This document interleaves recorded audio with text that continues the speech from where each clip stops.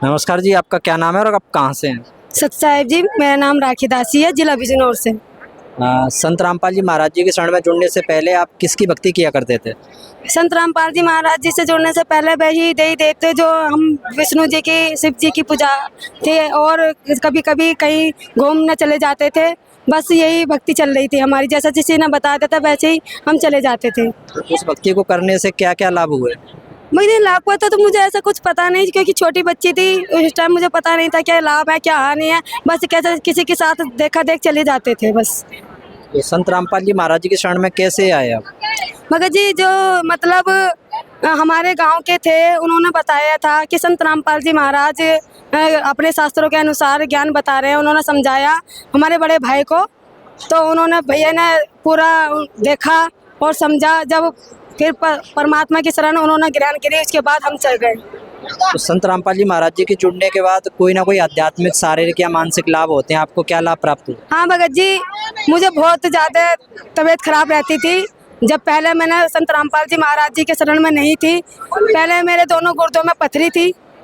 वो एक 9 mm की थी और एक 3 mm की थी। तो मैंने बहुत दवाइयाँ खाई, मुझे कहीं से भी आराम नहीं मिला। और भगत जी मेरी पूरी बॉडी में इन्फेक्शन 10,000 था, पूरी बॉडी के अंदर। डॉक्टरों ने सबने मना कर दी थी कि ये बच्ची नहीं बच पाएगी। संत रामपाल जी महाराज जी की शरण ग्रहण करी मैंने, और संत रामपाल जी महाराज जी से प्रार्थना लगवाई, और परमात्मा ने ये कहा कि परमात्मा दया करेंगे। और उस दिन से आज है, मेरे डॉक्टरों ने ये कह दी थी कि ये खून चेंज होगा जितना भी है, वैसे तो खून था ही नहीं, तो इन्फेक्शन की वजह से खून नहीं रहा था। परमात्मा की दया से ना तो मैंने 1 रुपए की दवाई खाई और ना मैंने खून चढ़वाया, और परमात्मा की दया से आज 12 पॉइंट मेरे अंदर बॉडी के अंदर खून है। तो संत रामपाल जी महाराज जी से जो श्रद्धालु जुड़ना चाहते हैं वो कैसे जुड़ सकते हैं?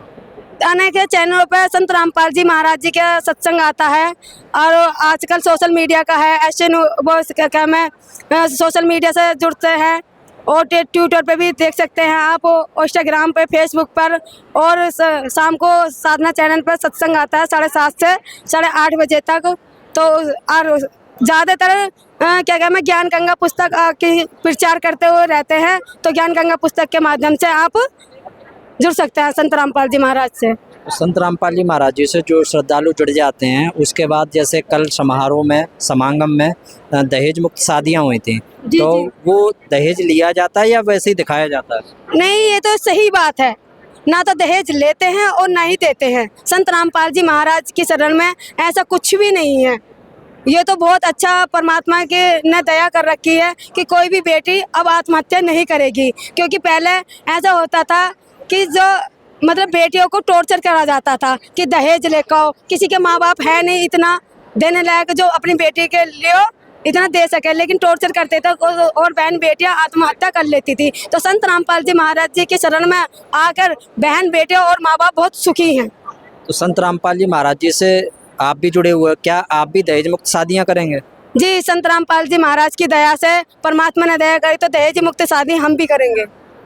तो आज का जनरेशन है जैसे कि यहाँ पर ना तो हल्दी रस्म होती है, ना भात पहनाया जाता है, ना किसी तरह के बैंड बाजे होते हैं, ना जयमाला होती है, तो क्या आपको ये शादी अच्छी लगी वैसे जो समाज में आमतौर पर होती है लाख रुपए खर्च करके? भगत जी ऐसा है कि वो जो मतलब जो ये सब अटरमबाजी है, बकवास है, कि हल्दी की रस्म करो, कि तेल चढ़ाओ, तेल उतारो, ये सब अटरमबाजी है, ये बकवास है। सब ये जैसे पहले न मतलब किसी ने बता दी, ये सब परंपरा पहले से चलती आ रही थी, लेकिन आज हमारा पढ़ा लिखा समाज है, इनको समझेगा और देखेगा। संत रामपाल जी महाराज जी के शरण में ऐसा कुछ नहीं है, बहुत शांति और पूर्वक बेटी को विदा किया जाता है, ना तो दहेज लेते हैं और ना ही अटरमबाजी करी जाती है। सच तो जैसा इनका कहना है कि दहेज मुक्त होगा भारत अपना, तो